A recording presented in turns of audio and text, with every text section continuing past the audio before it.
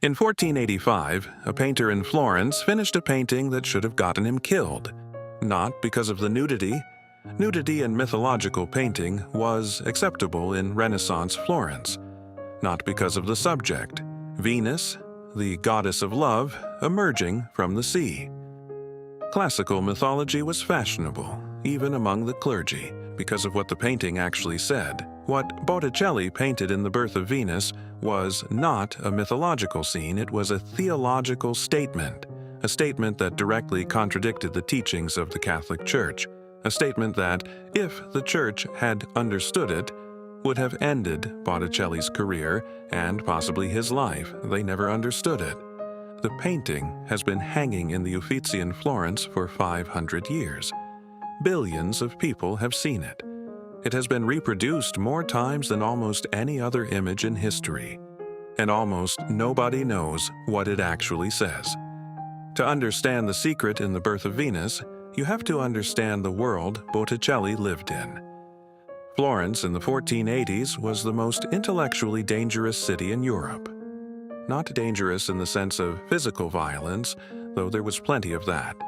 Dangerous in the sense that ideas were being thought and spoken and written that the Catholic Church considered heretical. Ideas that combined the ancient philosophy of Plato with Christian theology in ways that the Church had explicitly condemned. The man at the center of this intellectual world was Lorenzo de' Medici, Lorenzo the Magnificent, the ruler of Florence and the most powerful patron of art and learning in Italy. Lorenzo had assembled around him a group of scholars, philosophers, poets, and artists who called themselves the Platonic Academy. Botticelli was part of this circle. The Platonic Academy was not a casual gathering of intellectuals. It was a secret society with a specific theological agenda. Its members believed that Plato's philosophy, particularly his concept of ideal forms, of a higher reality of which the material world is only a shadow, was not incompatible with Christianity, but was in fact its deeper truth. They believed that beauty was not a distraction from God, but a path to God, that the experience of physical beauty, of a perfect face, a perfect body, a perfect work of art, was a form of spiritual ascent, that Venus, the goddess of love and beauty, was not a pagan rival to the Christian God, but an expression of the same divine principle that Christianity called the Holy Spirit. This was heresy. Not subtle heresy, not the kind of theological nuance that the Church might overlook. This was the explicit claim that a pagan goddess was equivalent to a person of the Christian Trinity. And Botticelli painted it on a canvas 6 feet tall and 9 feet wide, and hung it in the villa of Lorenzo de' Medici. Look at the painting. Venus stands in the center, emerging from the sea on a giant shell. She is not the Venus of Roman mythology, body, earthly, the goddess of physical desire. She is serene, otherworldly, her expression combining beauty with the quality of absence, as if she is not entirely present in the physical world she has just entered. This is not an accident. In Neoplatonic philosophy, the philosophy of the Platonic Academy, there were 2 Venuses.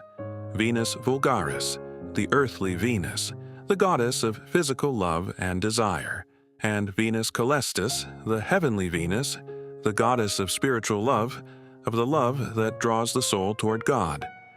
The Venus in Botticelli's painting is Venus Coelestis, the heavenly Venus.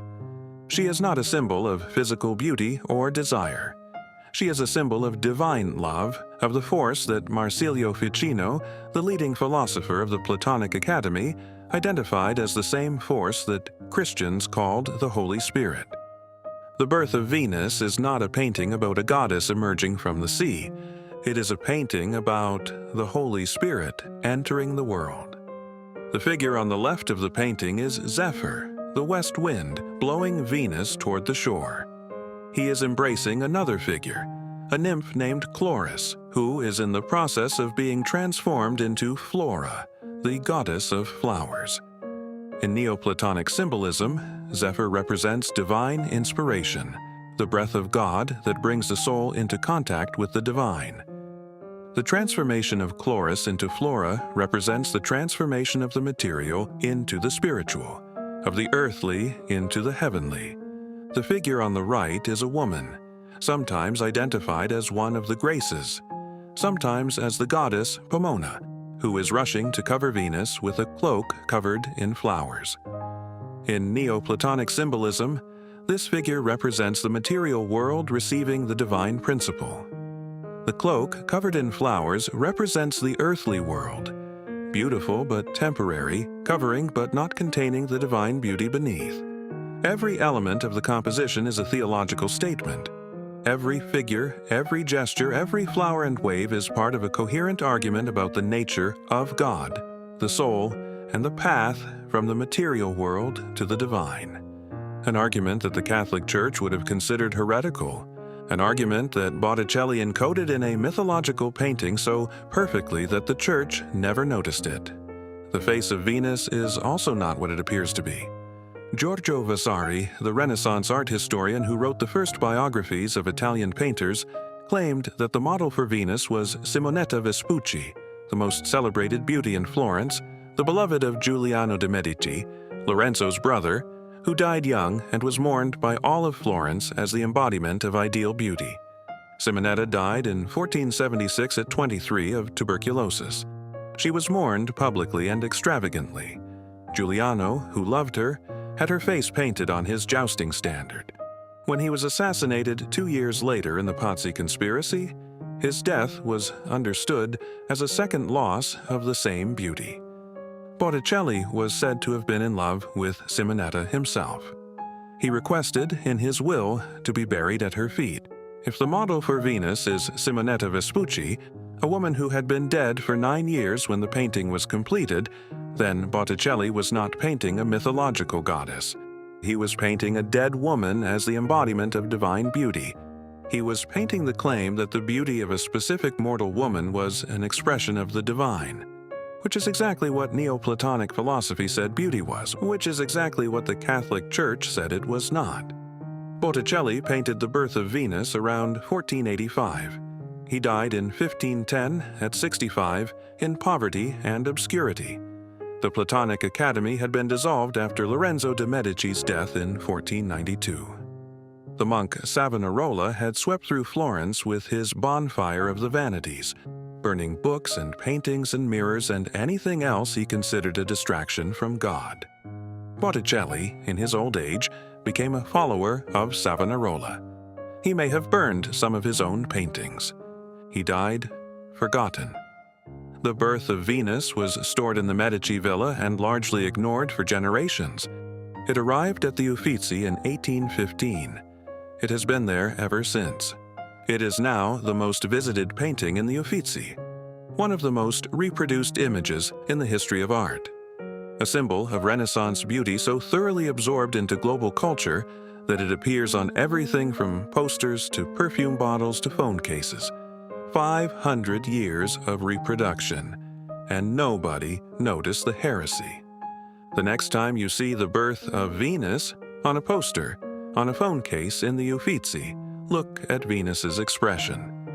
She is not looking at you. She is not looking at anything in the physical world. She is looking at something that is not there.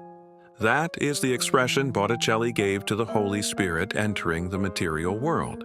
The Church would have burned this painting. They never noticed what it said. If this changed the way you see a painting you thought was just about a beautiful woman, share it with someone who thinks they know what Renaissance art is about. And if you want to go deeper into the artists, the secrets, and the masterpieces that contain the truths we were never supposed to find, subscribe to Hidden Canvas. She was never just a goddess. She was never just beautiful.